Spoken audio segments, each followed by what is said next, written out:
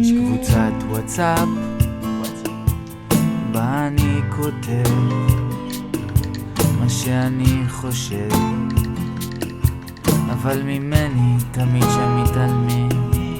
זאת קבוצת וואטסאפ בה אני לא משתלב, הלב שלי שם כואב, תמיד הם אותי מחבים.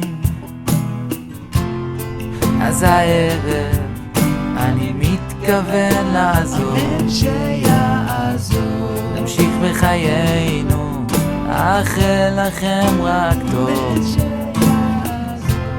רק שתדעו שלכבות זה השטן, לכבות זה השטן.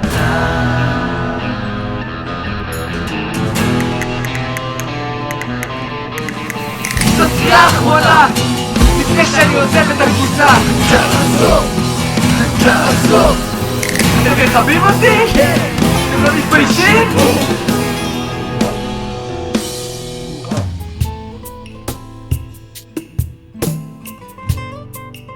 אחרי חודשיים ביקשתי לחזור לקבוצה, והמנהל לא רצה בהתחלה.